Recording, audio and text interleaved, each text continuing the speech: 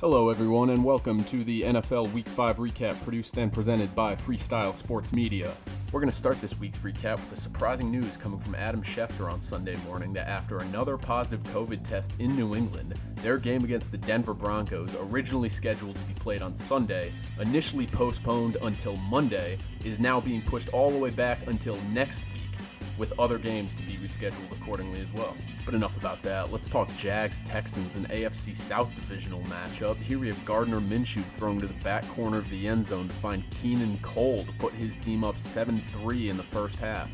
You can see on the replay, Cole dragged that back foot in the green to make sure this one counts for 6 and put his team up early. About 2 minutes later, Deshaun Watson's going to drop back near midfield and find his big tight end Daniel Fells wide open over the middle. Fells takes it the rest of the way to retake the lead for Houston.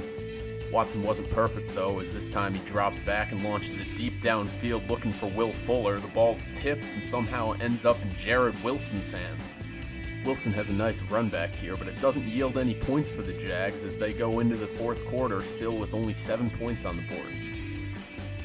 Watson's back to work in the fourth here. This time he finds Will Fuller, who lays out but isn't touched and can get up and make the last couple yards into the end zone for another Texans score. Minshew's able to bring it a little close here in the fourth as he escapes the pocket and finds Colin Johnson in the back of the end zone on fourth down for Johnson's first TD reception of his young career. But the Texans prove to be too much as Watson goes back to work and finds Brandon Cooks over the middle on a fourth down of their own. He takes it all the way to the house. The Texans take this one 30-14. Moving on to Ravens-Bengals here, an AFC North matchup. I won't bore you too much with the details. This was all about that Baltimore defense already up 17-0. They get the pressure on Burrow, hit from behind, ball comes out, and Baltimore recovers it. Jumping ahead to the fourth quarter here, Cincinnati trying to get anything going on offense, but this time it's Marlon Humphrey with the free run at Burrow, and he takes him down from behind for another sack. It wasn't just the pass rush though, this time in a clean pocket, Burrow is able to find a receiver, Mike Thomas out on the wing, but it's Marlon Humphrey there again to punch it out. Patrick Queen picks it up and runs it all the way back for another Ravens touchdown to go up 27-0. Cincy would avoid the goose egg by kicking a field goal late, but still fall to division rivals 27-3. Over to the NFC side now, we got Carolina visiting the Atlanta Falcons. Teddy Bridgewater floats one down the left field sideline for Robbie Anderson, who makes a nice one-handed grab with that left hand, keeps his feet in bounds. Check this one out again in slow motion. Pins it up against that left shoulder pad while he gets 2 feet in before stepping out of bounds and ending the play. It was all Carolina after that. Offense back on the field. Bridgewater finds DJ Moore over the middle, who's able to get the corner, makes the turn, sprints down the left sideline for a 57-yard touchdown to take the lead, and they would never look back. The Falcons do threaten late, but Matt Ryan finds Justin Burris in the end zone on what would have been a game-tying touchdown pass. Instead, it's going the other way. Carolina takes this one 23-16. Atlanta falls to 0-5. After that horrendous start, Dan Quinn is going to lose his job. That's expected to be announced early in the week. Fireworks show started early in Kansas City today as the Las Vegas Raiders came to town. This one was Henry Ruggs climbing the ladder, looking like Randy Moss for a big completion down the right sideline. That one would result in the field goal for Vegas. Patrick Mahomes leads the Chiefs right back down the field, fakes the jet sweep to Tyreek Hill, and takes it himself into the left corner of the end zone to take the lead. Chiefs threatening again. This time Mahomes does give the ball to Hill on the end around. He's able to turn the corner, takes the ball all the way himself for another touchdown, going up 11 points early in the second quarter. Vegas would not go away though. Just 3 minutes later, Derek Carr finds Nelson Agholor, the former Philadelphia Eagle, for a big play down the middle. He takes it all the way to the house for a 59-yard score to bring the Raiders within 4. Mahomes has a pretty big arm himself. He finds Tyreek Hill down the left sideline this time for a big play, setting up the Chiefs in the red zone again. Incredible catch by Hill, over-the-shoulder grab. That drive ends in a Sammy Watkins touchdown for Kansas City. Skipping ahead a little bit here, it's Derek Carr deep over the middle again, this time finding Henry Ruggs, who takes it in for the 72-yard score and the lead. Down 9, the Chiefs are going to need 2 scores late to take this one, but instead it's Jeff Heath picking off Patrick Mahomes and returning it inside the 5 to set up another Las Vegas touchdown.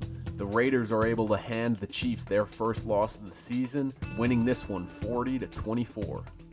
Cardinals at the Jets, only really got two things to say here. Going to try to keep it short and sweet. Number one, Kyler Murray is awesome. Look at him take this one on the keeper into the end zone by himself for a touchdown. Takes a big hit from his lineman after that, but that's okay as long as he gets up. Point number two is the Jets are just nothing short of a dumpster fire. They are absolutely atrocious. Look at this screen to DeAndre Hopkins where he's able to completely reverse field on the defense, take what should have been a 3-yard loss, turn it into a 15-yard gain. It seems like the Jets defense has a play like this every week. A couple games ago, it was 2/3 of the millions that they gave up to the Niners. That's just terrible coaching. How is Adam Gase not one of the first 2 coaches fired so far this year? I don't know, but he should have been. Cardinals take this one easy, 30-10. A little in-state action here. We got the Eagles visiting the Steelers. Pittsburgh native Miles Sanders is going to take this one 74 yards to the house to end the first quarter. You see him with a nice little cutback there into the open field. Takes it all away, but folks, this one was all about Steelers rookie wideout Chase Claypool. The second-round pick out of Notre Dame had not 1, not 2, not 3, but 4 touchdowns today to lead his Steelers past the Eagles 38-29. All I know is whoever's doing the scouting for Steelers wide receivers needs a raise, because if you thought Juju Smith-Schuster was a diamond in the rough, wait until this guy develops into a real star. Los Angeles Rams up against the Washington football team. Kyle Allen gets a start in a somewhat controversial decision from coach Ron Rivera to bench Dwayne Haskins, but he makes him look good early in the game, steps up in the pocket, beats 2 Rams to the pylon for the early score to give the football team the lead. Later in the game, Jared Goff is looking for it all, hits Robert Woods down the left sideline for a 56-yard score to put the Rams up 13-7.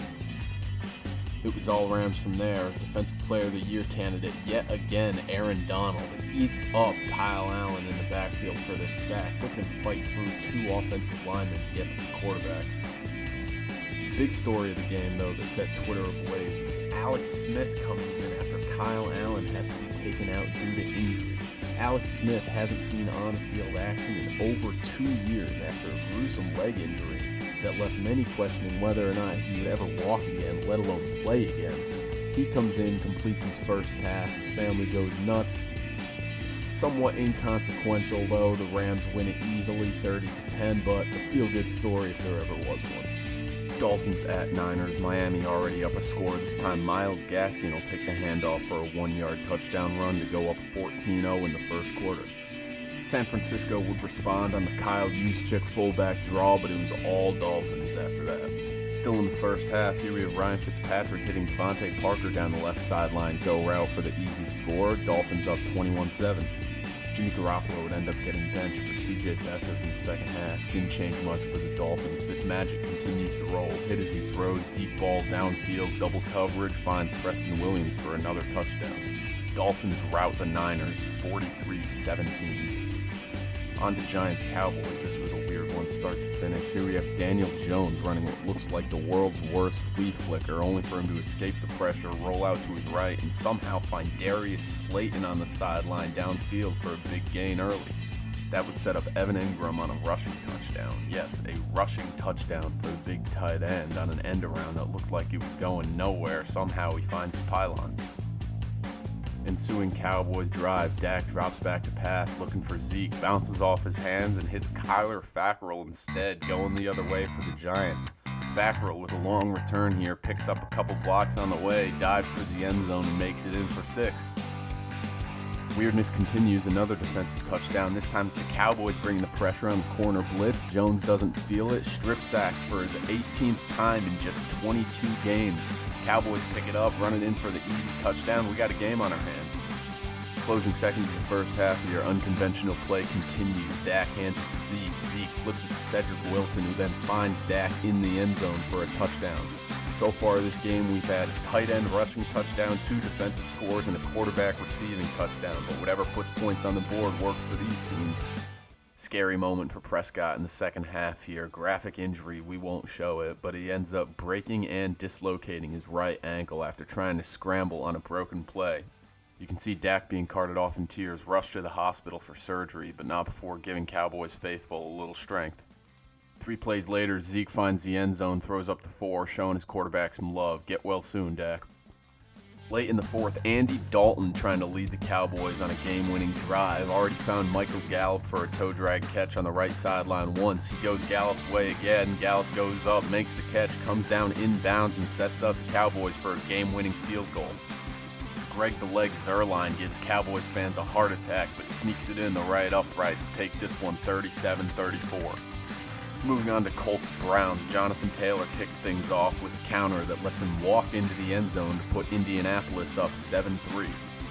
After that, though, it was all Browns. Here you see Baker making some magic happen, escapes the pocket, throws to the back of the end zone to find running back Kareem Hunt for the score. Browns defense getting it done too in the second half. Phillip Rivers looks out in the flat, but Browns safety Ronnie Harrison jumps the route and brings it uncontested all the way back for the score. That's a pick six for Cleveland. Later in the game, more trouble for Indy. Rivers trying to make something happen, steps up into the pocket, but throws into traffic and is picked off again by the Browns defense. Browns take this one 32-23. Now on to the game of the night, Vikings-Seahawks. We pick it up in the fourth quarter here. Seattle driving, can go ahead with a touchdown, but Russell Wilson rolls out to his right and is picked off around midfield. Trouble for the Seahawks. Maybe their first loss of the season with 6 minutes to go. Ensuing drive in the red zone, 4th and inches, but instead of kicking the field goal to go up 8, Mike Zimmer elects to go for it, and Dalvin Cook is stuffed. Turnover on down, Seahawks get the ball back, 2 minutes left to go 95 yards for the win. It's in trouble early though, 4th and 10. Vikings have a chance to win it with a stop right here. Wilson looks to his big 6'4" receiver, DK Metcalf, who goes up and makes a big play down the left sideline to put Seattle in business.